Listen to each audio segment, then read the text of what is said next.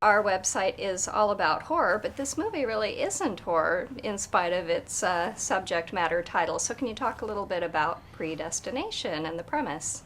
Well, yeah, Predestination is was based on the Heinlein story "All You Zombies," as you said, and the reason why we had to change the title, obviously, is because if you call it "All You Zombies," it was a All short the Walking story Dead title. fans would They be were, coming out and being, what? what the hell? Exactly. And the "All You Zombies" is in reference to how most of us are sleepwalking through our lives and don't really understand the fact that we are hurtling through time, and that the movie ends up being about a person hunting themselves and trying to find peace with themselves, and trying to find a balance. And it's a strange thing to say, but I think in a weird way, at its core, is the movie's actually about how we all have this kind of masculine and feminine inside of us, and learning to balance that, and learning to accept yourself.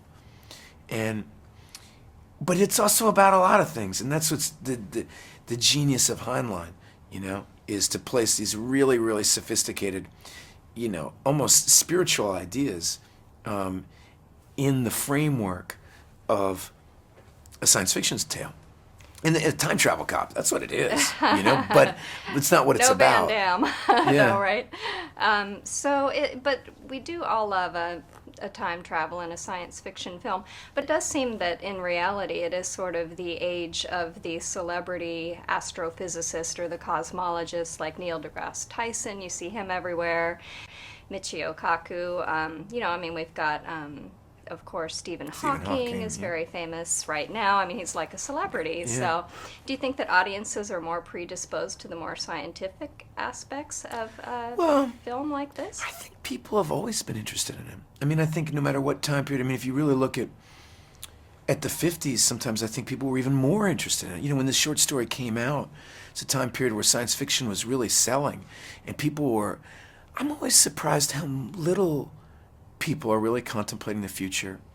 It's fascinating to me about electric cars and where we're going with time travel in a strange way, or teleportation. All these kind of weird science fiction ideas are becoming less and less necessary as we have the ability to have a dialogue with this kind of global internet, which is very bizarre, creating one kind of collective consciousness.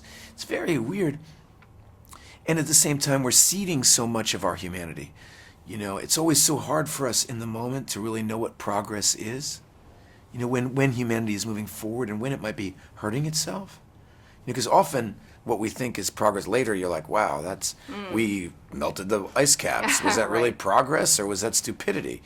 True. I mean, there is an amazing documentary right now on Netflix called Surviving Progress, which touches See, I'd love on to see many that. of Yeah, those. see, that's Yes, you'll have a to lot check of- that out.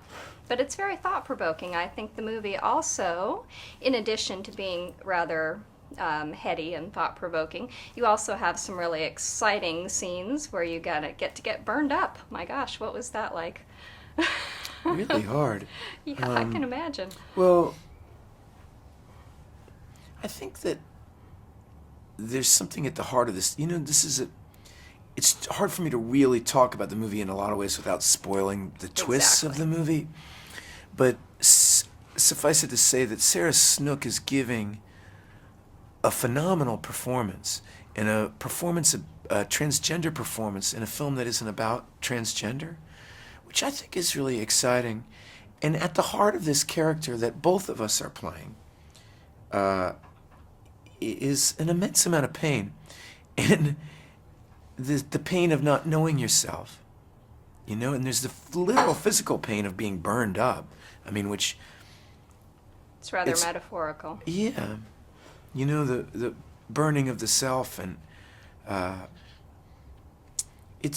that's what I love about Heinlein, is the more you study a film like this, the more you meditate on it or dream about it, the more interesting it is.